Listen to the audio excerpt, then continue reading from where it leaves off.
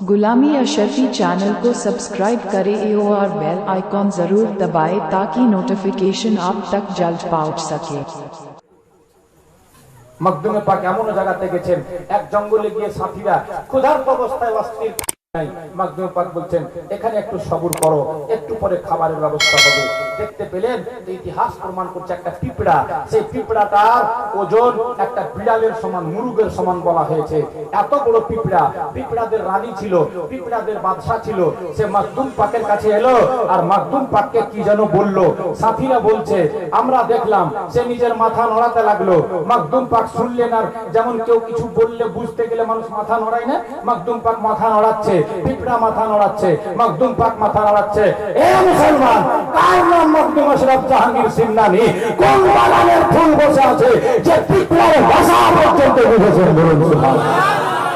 আমার মখদুমে পাক বললেন এই আমার সাথীরা চিন্তা করতে হবে না, একটা পিঁপড়াদের বাদশা আমাদেরকে দাওয়াত করতে এসেছিল। বলো সুবহানাল্লাহ। জঙ্গলে গেলেন, জঙ্গলে যাচ্ছেন তো দেখছে কি মিষ্টির ঢেরি লেগে আছে, মিষ্টির ঢেরি। আবার সবাই ওই মিষ্টির ঢেরিকে সবাইকে মখদুম পাক খেতে বললেন। এক একটা ঢেরিতে এক একজন বসলো, খেতে লাগলো, পেট ভরে খেলো। বেরাদার বন্ধুগণ, ইতিহাসটা জানা গেল। আমার মখদুমে পাক বলল এখানে একজন মুসলমান বাদশাহ বহুদিন আগে যুদ্ধ করেছিল। যুদ্ধের সময় সে যে খাবারগুলো মিষ্টিগুলা নিয়ে এসেছিল সেগুলো অতিরিক্ত ছিল।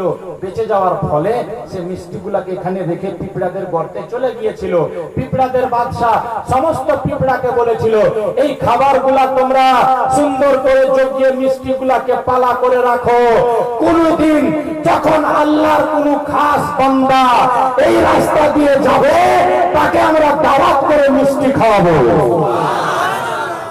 আজ আল্লাহর খাস বান্দাকে পেয়েছি। কে ছিলেন মখদুমে পাক যাকে পিঁপড়া দাওয়াত করে মিষ্টি খাওয়াচ্ছে? বলুন সুবহানাল্লাহ। বেরাদার, ওই মখদুমে পাক, যে মখদুমে পাক একজন বিখ্যাত সাহাবীকে দর্শন করে তাবেঈ হয়েছেন, সেই মখদুমের আওলাদ আমাদের কাছে এসেছেন দোস্ত, আমাদের ভালোর জন্য, আমাদের ভবিষ্যতের জন্য, আমাদের দোস্ত বন্ধুগণ আগামী জেনারেশনকে উজ্জ্বল নক্ষত্রের মতো ঝকঝকে করার জন্য। এজন্য বলবো বাবা একটু বুঝে দেখবেন। আজ পর্যন্ত আমার সরকার 20 বছর 25 বছর হয়ে গেল, আমিও যতদিন থেকে হুজুরের সুবহানাল্লাহ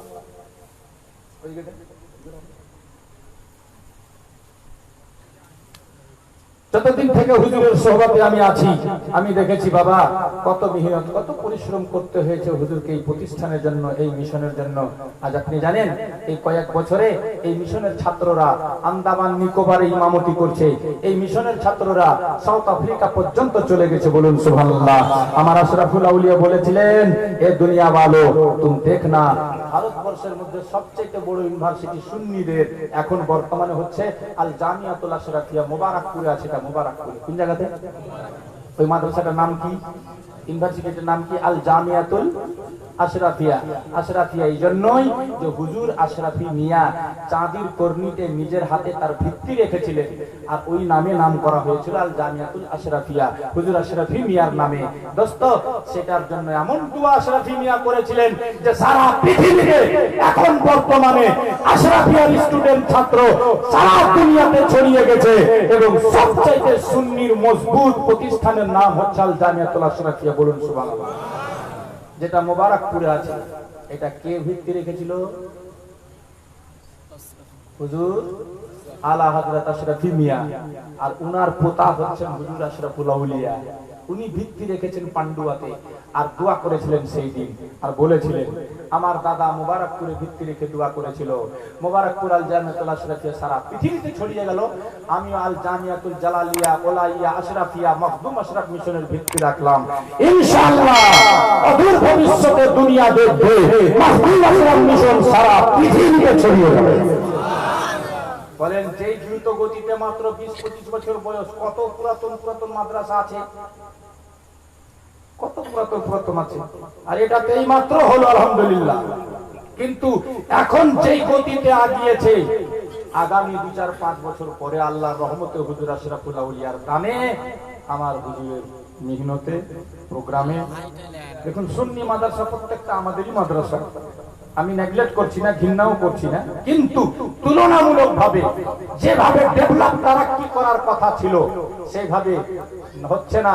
কিন্তু আজ আপনি মাকদুম আশরাফ মিশনকে দেখেন, তার কারণ হলো আমার সরকার নিজের জান, নিজের জীবন, নিজের কলিজা, নিজের ধড়কন, নিজের নিদ, নিজের বিশ্রাম, নিজের আরাম সবকে নিছাওয়ার করে দিয়েছেন একমাত্র এই প্রতিষ্ঠানের জন্য। বলুন সুবহানাল্লাহ। ফলে এবং আপনি শুনলে অবাক হবেন, আজ পর্যন্ত আমার সরকার মিশনের পয়সা তো হাতে ধরেনি না, বাধ্যতামূলক কেউ যদি কোথাও না থাকে সাথে, সেটা যদি নিতে হয় তো চেক দিয়ে নিন বা চেক সঙ্গে সঙ্গে পাঠিয়ে দেওয়ার ব্যবস্থা করা হয়। আজ পর্যন্ত আমি যেটা দেখেছি, আমার হুজুর মাকদুম মিশনের পয়সায় একটা চা তো দূরে থাক, খোদার কসম নবীর পাক স্টেজে বলছি এক গ্লাস পানিও খাই। মাকদুম মিশনের পয়সায় এক গ্লাস পানি গ্রহণ করেন ওই পীরের মুরিদ আমরা। জি হ্যাঁ, গর্ব করেন নিজের জীবনে, একটুখানি রাখবেন মনে মাকদুম মিশনকে স্মরণে স্বপনে, তাহলে আপনি সাকসেস হবেন। আশরাফুল আউলিয়া বলে গেছেন, তুম মিশন কা হো যাও, হাম তুমহারে হো যাই। তার মানে কি, তুমি যদি সত্যি অন্তর থেকে মাকদুম মিশনের দিওয়ানা হয়ে যেতে পারো, আশরাফুল আউলিয়া গ্যারান্টার, তোমার জীবনে অভাব আসবে না, আমি দেখবো, অভিযোগ আসবে না, আমি দেখবো, বিপদ আসবে না, আমি দূর করবো, আর দুনিয়াতে তুমি পরিশান থাকবে, আমি দেখবো, কিয়ামতে চিন্তিত হবে, আমি দেখবো। তোমরা মিশনের হয়ে যাও, আমি তোমার। ব্রাদার, এজন্য বলবো, পীরের স্বপ্নকে বাস্তবায়িত করা আমাদের প্রত্যেকের ইমানি দায়িত্ব। মহব্বত আল্লাহ পাক তৌফিক দেন যে আমরা সে আকীদাত ভালোবাসাই হুজুরের স্বপ্নকে যেন বাস্তবায়িত করতে পারি। আপনারা সকলে সহযোগিতার হাত বাড়াবেন, সবাই চিন্তা